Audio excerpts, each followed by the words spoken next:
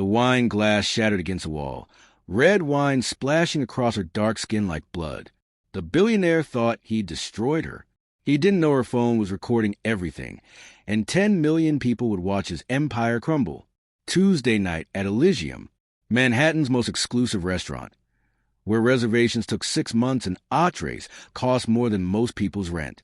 23-year-old Destiny Williams tied her apron with practiced precision, her dark hands moving quickly despite the exhaustion carved deep into her bones. 3 weeks of double shifts. 3 weeks of swallowing pride like bitter medicine. 3 weeks of smiling through gritted teeth when entitled customers snapped their fingers like she was a dog. She needed this job. Not wanted it. Needed it. Her younger brother started MIT in the fall. She'd promised her dying mother she'd get him there, no matter what it cost her. The restaurant hummed with a low murmur of Manhattan's elite. Crystal clinked against crystal. Artificial laughter floated from tables where people had never known real struggle. Destiny had learned to make herself invisible here, to become part of the expensive wallpaper, just another piece of the luxurious backdrop these people paid for. 6 months ago, a customer accused her of stealing his wallet. Her word meant nothing against his. The wallet turned up in his car. The accusation stayed on her record. Now the phone recorded every shift, silent witness to every slight, every snap, every moment someone treated her as less than human. Tonight, that recording would change everything. Marcus Wellington swept into Elysium like he owned the place. At 47, the founder of Technova Solutions had built an empire on disruption, on breaking things and remaking them in his image. Tonight, he celebrated closing a $2 billion acquisition, surrounded by executives and sycophants whose laughter was too loud, gestures too broad, already drunk on champagne and their own importance. Destiny was assigned to their table. Section 7. The coveted corner booth overlooking Central Park. She approached with her professional smile, the one perfected in the mirror, the one that hid everything real.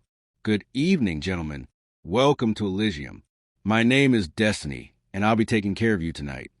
Marcus barely glanced at her, still talking to the man beside him. So I told the board, if they can't see the vision, they can see themselves out. His companions laughed on cue. Destiny waited, pad ready, phone recording in her apron pocket. 20 seconds. 30. Finally, Marcus snapped his fingers twice without looking at her. We'll start with the 82 Margot. 3 bottles. And tell the kitchen we're in a hurry. No, please. No eye contact. Just commands issued to the help. David Park, the youngest executive at the table, shifted uncomfortably. Only 6 months at Technova. Still knew enough to feel the wrongness of moments like this. But he stayed quiet. Everyone always stayed quiet around Marcus. The first hour passed in careful choreography. Destiny delivered courses with practiced grace, refilled glasses before they were empty, anticipated needs before they were voiced. She was good at this. Had to be. But Marcus Wellington watched her like a hunter tracking prey. When she placed his entree, perfectly plated Wagyu beef, $340, his fork froze halfway to his mouth. This is cold. Loud enough for nearby tables to hear. Destiny's smile never wavered. In her pocket, the phone kept recording. I'm so sorry, sir. Let me take that back to the kitchen immediately. No, the word cut like glass. I want you to stand here and explain how you thought serving me cold food was acceptable. Around the table, conversations died. His companions shifted uncomfortably. David opened his mouth, then closed it, eyes dropping to his plate. Sir, I apologize. If there's an issue, I'll have the chef prepare a fresh plate right away. Marcus leaned back, studying her with eyes that held nothing but contempt. Do you know who I am? The question hung in the air like smoke. Yes, sir, Mr. Wellington. And I assure you, we want your experience to be perfect. Then maybe you should learn to do your job properly. He paused, letting the silence sharpen his next words. Or is that too complicated for you? Wrapped in silk, clear as broken glass. David's hand tightened on his wine glass. Marcus, man, maybe we should just... David, when I want your opinion, I'll ask for it. Marcus's attention never left Destiny. Now, I want fresh food. I want it hot. And I want you to understand that this level of incompetence is exactly why people like you stay in positions like this. People like you. The words landed like a slap. Destiny's professional mask almost cracked. She'd heard those words before. 1,000 variations. 1,000 different mouths. But she'd learned young that anger was a luxury she couldn't afford. I'll bring your meal right away, sir. She turned to leave. Wait. Destiny stopped. Back to him. Counted to 5 before she turned around. Yes, sir. I think you owe me an apology. A real one. Not that scripted nonsense they teach you. The restaurant had gone quiet. Even the soft jazz seemed muted. Destiny felt dozens of eyes on her. Some curious. Some pitying. None of them helping. I apologize for any inconvenience, Mr. Wellington. On your knees. The words fell into silence like stones into still water. Destiny's heart stopped.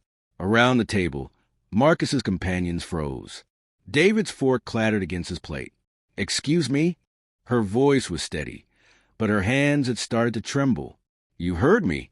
If you're truly sorry, get on your knees and apologize properly. Show me you understand the value of serving people who matter. David found his voice. Marcus, this isn't right. She apologized already. Let's just move on. Marcus's face darkened. Before he could respond, a woman at the next table stood. This is disgraceful. Someone called a manager. But Marcus's focus stayed laser-locked on Destiny. Are you refusing? Do you know what one phone call from me could do to this restaurant? To your job? This was the moment. Destiny Williams, who'd never asked for anything but a fair chance, who'd worked 3 jobs to get her brother to college, who'd swallowed more indignity than any 23-year-old should have to, reached into her apron pocket, not to turn off the recording, to make sure it was still running. No, sir, I won't do that. The temperature dropped 10 degrees. Marcus stood. His chair scraped loudly against the floor. At 6'2", he towered over her 5'4" frame, stepping into her personal space with deliberate aggression.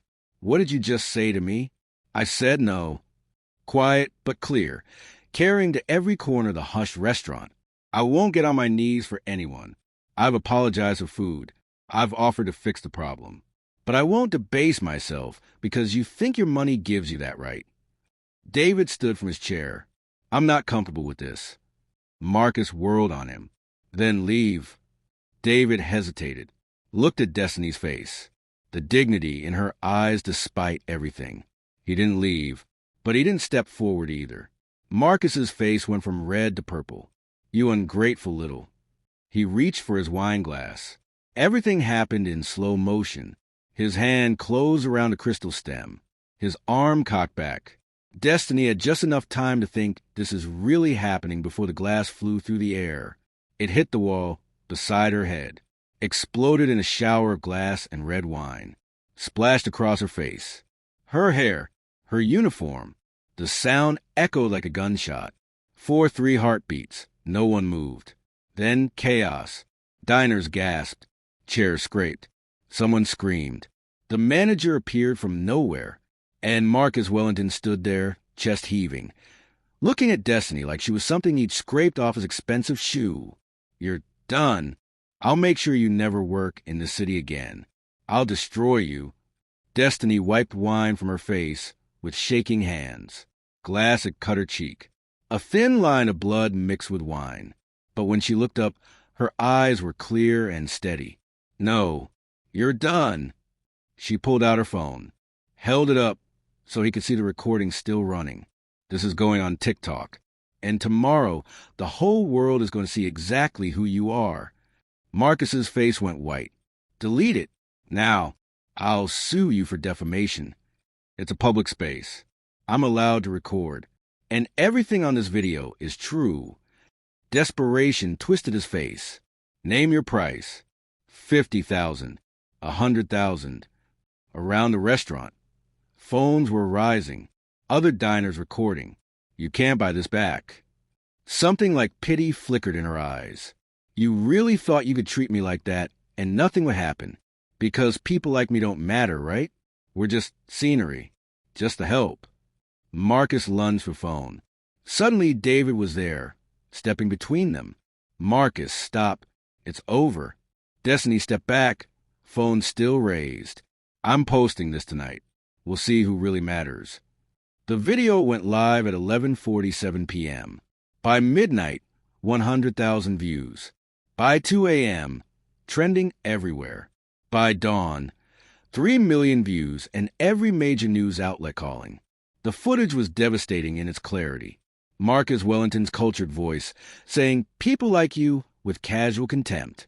The demand that she kneel, the wine glass flying, the explosion of red against white walls, against her dark skin. And through it all, Destiny's dignity. Her calm, her quiet no, that became a rallying cry. Within 24 hours, Technova's stock dropped 12%.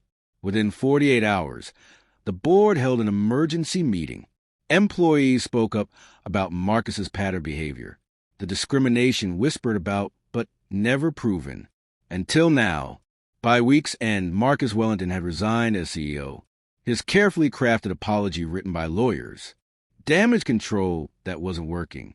The internet doesn't forget. Video evidence is forever. But more important than one man's downfall was what happened next.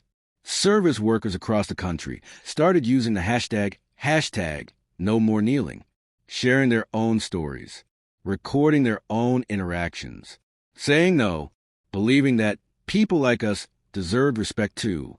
3 months later, Destiny stood in her new apartment, modest but hers, paid for with her first real salary as a social media manager at Rise Digital. $75,000 a year. Her brother's MIT acceptance letter hung on the wall in a simple frame.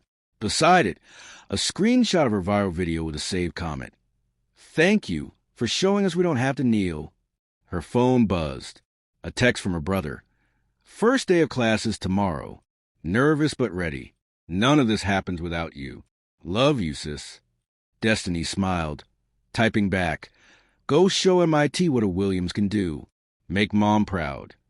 As the sun set over Manhattan, painting the sky in shades of orange and gold, Destiny looked out at the city that had tried to break her and failed. She'd been invisible once, a nameless face in the background of other people's stories. Not anymore. Now she had a voice. Now she had a platform. And she would use both to make sure that the next time someone tried to make someone kneel, there would be a camera recording. There would be accountability. There would be consequences. Because the world was changing one viral video at a time. And here's the question that haunts me still. How many Destinies are out there right now, phones in their pockets, waiting for their moment? How many are being told to kneel while we speak? And when they finally say no, will you be recording or looking away? Your phone is a weapon. Your dignity isn't negotiable. And one video can topple an empire. The camera is always watching. Choose your side.